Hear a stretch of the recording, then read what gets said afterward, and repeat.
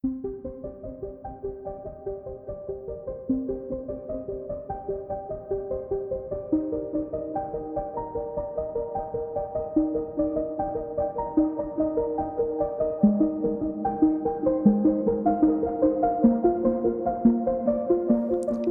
everybody, welcome back to the studio. Yes, we are playing with some colors today. I always have these little experiments where I try out colors. And with the collection for the lilies at Casablanca, that was no different. I started out by drawing or mapping out blocks for sets of 3 onto watercolor paper with some washi tape, just like I did on the piece in front of me. On the top row, I've already mixed up a few varieties of my reds to make pinks. That means I've added some extra water to lighten them to create the lovely pink hues. On the side, I'll have the ones that I am going to mix into the pinks. I'll show you in a second what I mean. On the side, I've swatched out burnt sienna, and now I'm going to mix in the burnt sienna with that first pink option. I left the paint on the palette and I'm just adding a little bit of that brown as we go along and swatching out the color.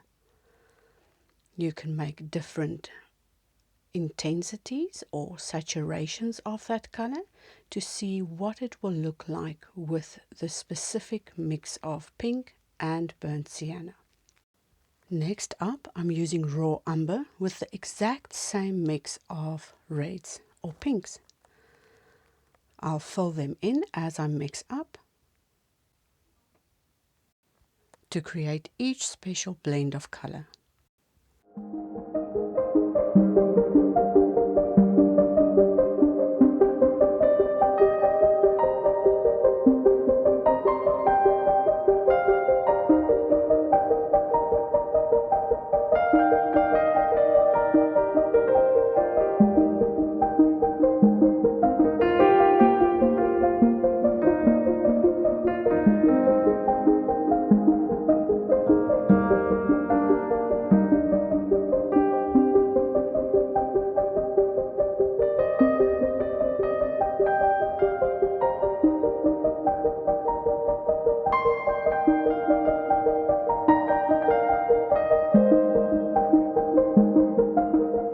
For this one, we are using a dark earthy green.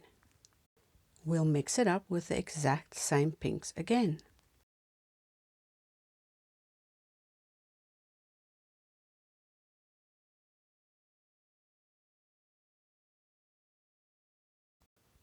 Once I've placed the color down onto the paper, I simply dip the very tip of my brush into the water so that we can thin down the mix.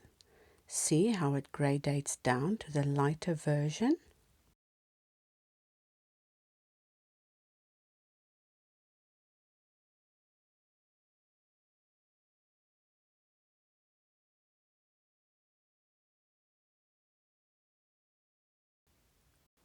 The next green is Viridian, and I know from experience mixing the Viridian with this alizarin crimson type of red will give me a grey.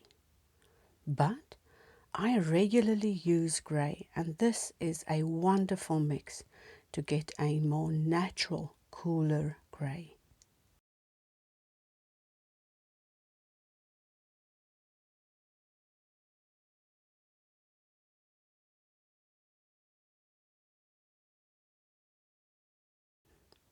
You can see that I was trying to use different colors and then decided to go back to Prussian blue. Our next mix with Prussian blue will also give you a beautiful, cooler violet pinkish color.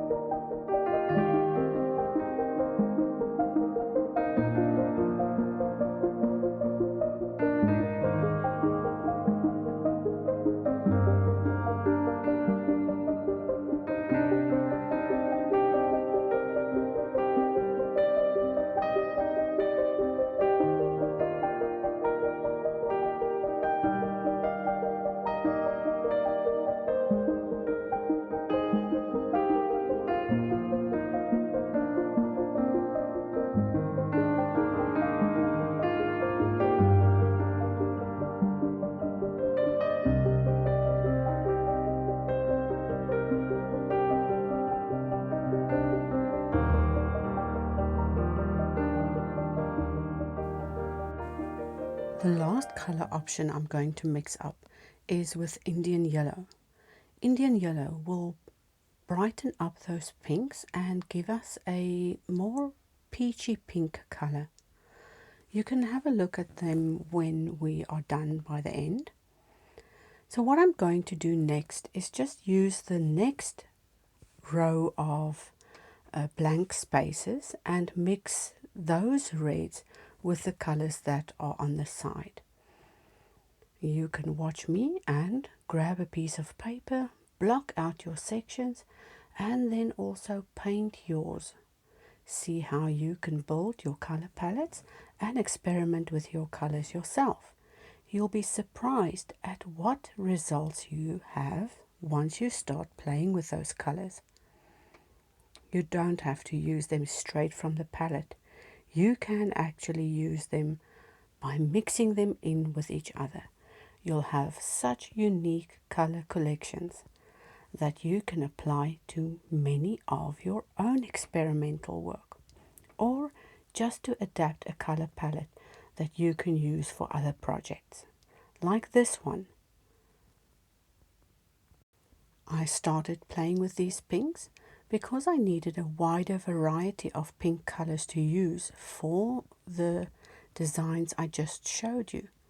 They are all available for purchase or for licensing, depending on what your needs are. There's a link below this video and I'll show you how to do that order very quickly. It's really so easy. Now you can customize a cupboard door or a blank space on the wall. And what's brilliant about this product, it's a peel and stick. Nothing is permanent and you can easily remove it off of your walls. So much fun and versatility. Let me show you how easy it is to order some products for yourself. Over on Spoonflower, you can easily order some fabrics, wallpaper, and even home decor. I'll show you how to navigate the site. Once you've logged in and created an account, you can look me up and sew designs, or you can just follow the link below and let me show you what you can do. You'll be able to discover my fabric, and all the designs are available on wallpaper as well.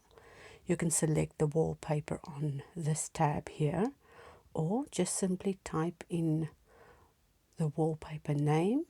As you scroll through the designs, you'll see the names pop up, so you can look for them directly, and all of them are ready to ship the second you've placed your order.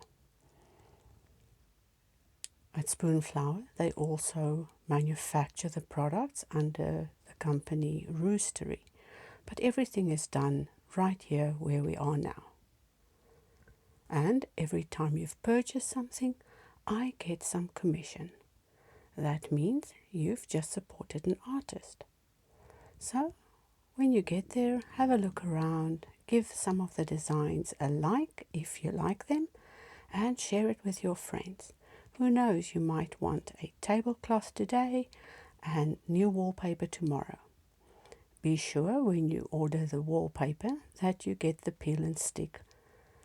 That is the easiest product to use if you want to DIY a wall yourself, or just cover a drawer front, or even cover a book. Anyway, let's get back to painting. I'll let you have a look as I mix up the exact same colors with the new versions of pink and fill up this page.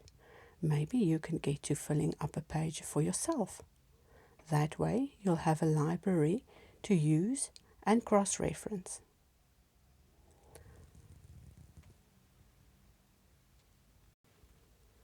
Every color palette for every painting and for every design is carefully curated, if you want, by playing with the colors and seeing what I can create that is unique enough to be used for a collection. Whether I'm painting a few flowers to use on the edge of the next letterhead, or whether I'm designing for a product, every single time my color palette develops and I play with my paint. As an artist and a creative person, you should absolutely indulge in all those colors, but refine them and make them your own. That way, your style will siphon through, and that will make your paintings very unique. So I'll let you have a look while I fill up the rest of this page, and I'll see you next week. We'll play out with some music today. Bye everybody.